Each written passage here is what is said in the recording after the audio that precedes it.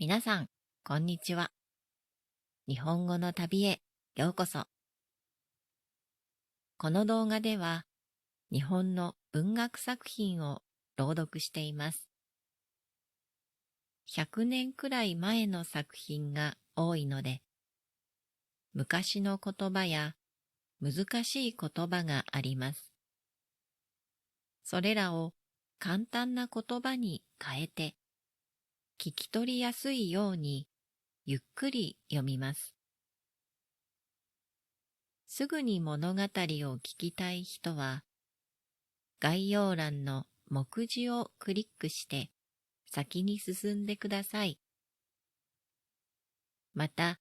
読むスピードが遅いと思う人は、YouTube の設定で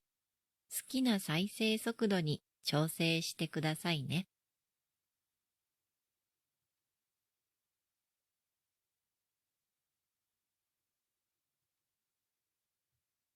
舞踏会。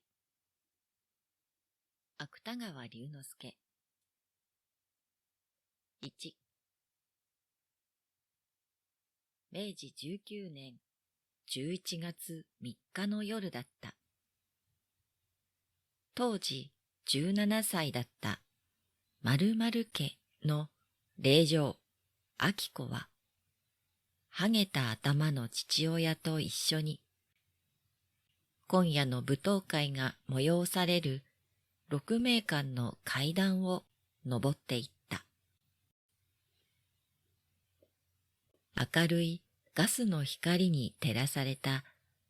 幅の広い階段の両側には、まるで人工物のような大輪の菊の花が三重に垣根を作っていた。菊は一番奥のが薄紅色、中ほどのが濃い黄色、一番前のが真っ白な花びらを房のように乱していた。そしてその菊の垣根が終わるあたりの階段の上の舞踏室からは、すでに陽気な管弦楽の音が抑えられない幸福の吐息のように休みなくあふれてくるのだった。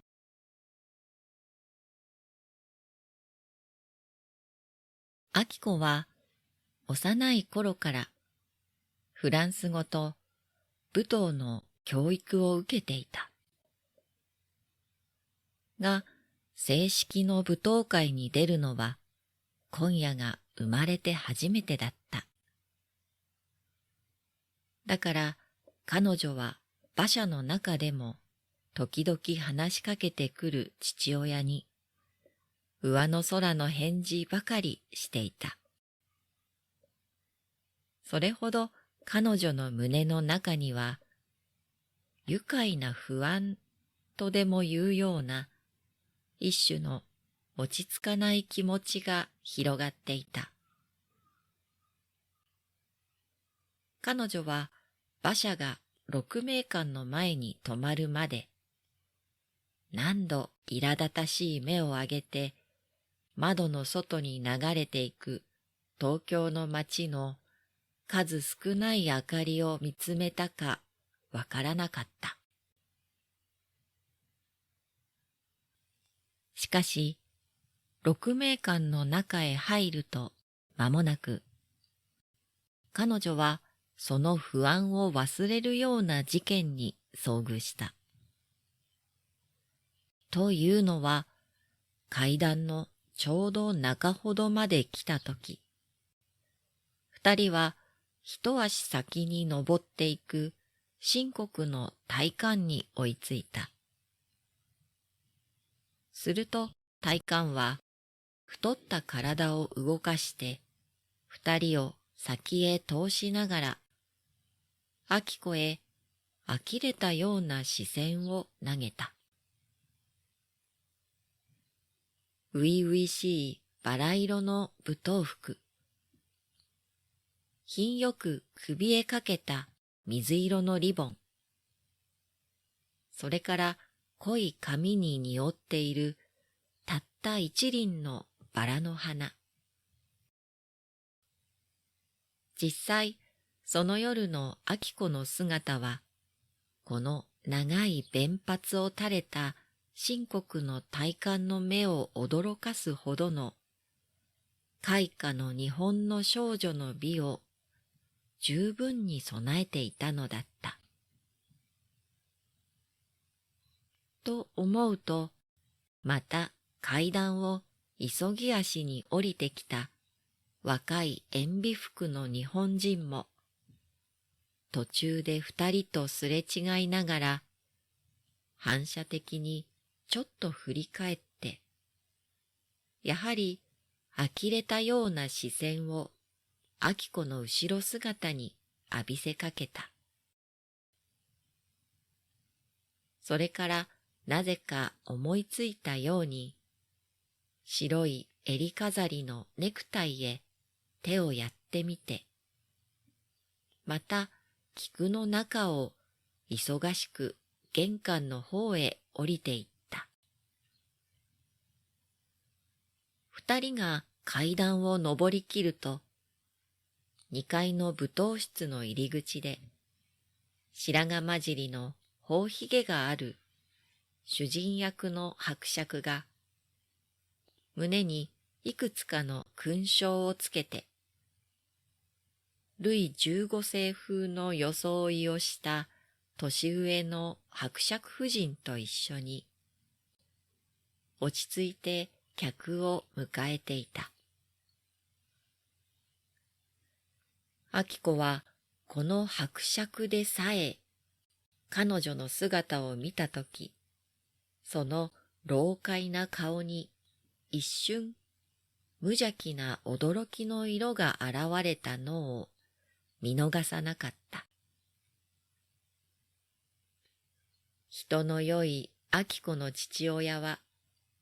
嬉しそうな微笑みを浮かべながら、伯爵とその夫人へ手短に娘を紹介した。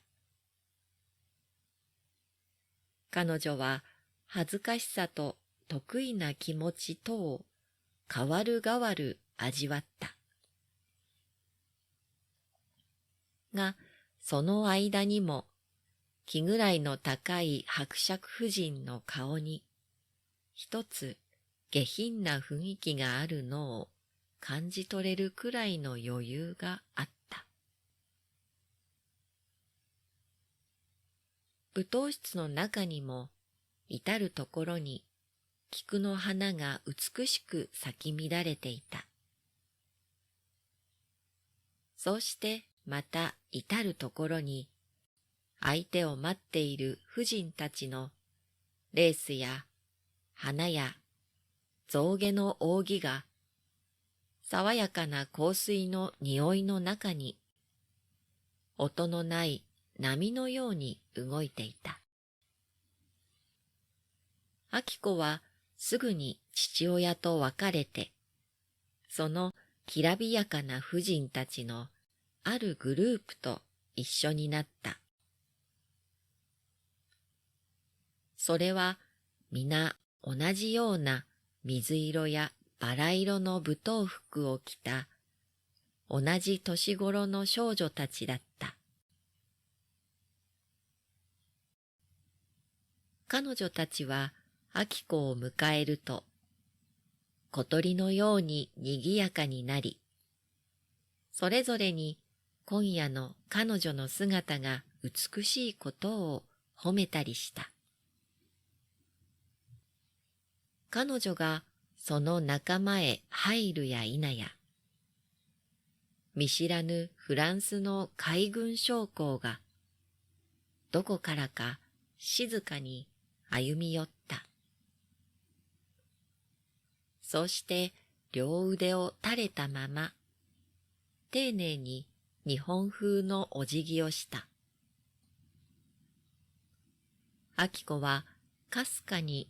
頬が赤くなるのを感じた。しかし、その会釈が何を意味するかは問うまでもなく明らかだった。だから彼女は手に持っていた扇を預かってもらうため、隣に立っている水色の舞踏服の令嬢を振り返った。と同時に、意外にもそのフランスの海軍将校は、ちらりと頬に微笑の影を浮かべながら、不思議なアクセントの日本語で、はっきりと彼女にこう言った。一緒に踊ってくださいませんか？